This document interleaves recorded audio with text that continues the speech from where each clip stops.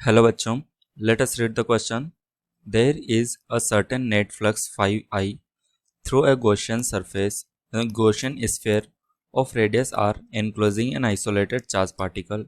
Suppose the enclosing Gaussian surface is changed to a Gaussian cube with the edge length equal to r. In each case, is the net flux through the new Gaussian surface greater than, less than or equal to phi I? तो यहाँ में question के अंदर दिया हुआ है this is the sphere और इस स्फीयर की रेडियस है आर।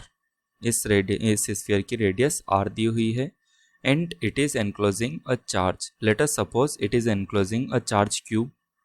तो इसके द्वारा दो फ्लक्स होगा flux passing through the Gaussian sphere is phi i. इस कंडीशन में फाई आई होगा। और जो दूसरा केस हमें दिया हुआ है वो हमें क्यूब का दिया हुआ है। दिस इज अ क्यूब, ये क्यूब होगा and it is carrying a charge Q. It is also carrying a charge Q inside it. और इसकी जो साइड की लेंथ दी हुई है वो आर दी हुई है।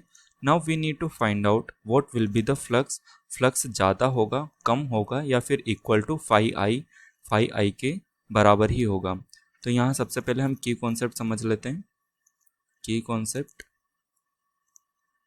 की कॉन्सेप्ट होगा, सबसे पहले हम फ्लक्स लिखते हैं। What is flux? Flux equal to number of electric field lines crossing a particular area.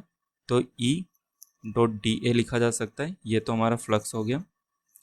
और दूसरा की कॉन्सेप्ट होगा हमारा गॉस लॉ। दूसरा कॉन्सेप्ट होगा गॉस लॉ। गॉस लॉ क्या होता है? As per the Gauss law we can write E dot D A, इन दोनों का वेक्टर का dot product over the closed surface is equal to Q enclosed upon epsilon. इसका मतलब क्या हुआ कि अगर हम electric field and the area vector का डॉट प्रोडक्ट लें ओवर द क्लोज्ड सरफेस तो इसकी जो वैल्यू निकल कर आएगी, numerical value will be equal to Q enclosed upon epsilon naught. ये होता है। अब हम यहाँ से देख सकते हैं E dot D A is equal to flux होगा। तो हम यहाँ पर गॉस लॉ को आगे एक्सटेंड करके लिख सकते हैं। Phi is equal to Q enclosed upon epsilon naught. Now let us see the question, start the question. First case दिया हुआ है।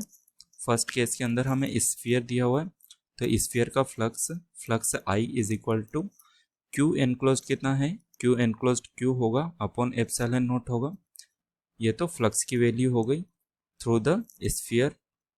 Now let us see here second case में हमें क्यूब दिया हुआ है। तो अगर हमें यहाँ पे फ्लक्स लिखना होगा, फ्लक्स इज इक्वल टू हम लिखेंगे क्यू एनक्लोज्ड। और क्यू एनक्लोज्ड कितना है? यहाँ पर अगेन क्यू है अपॉन एप्सिलॉन नॉट।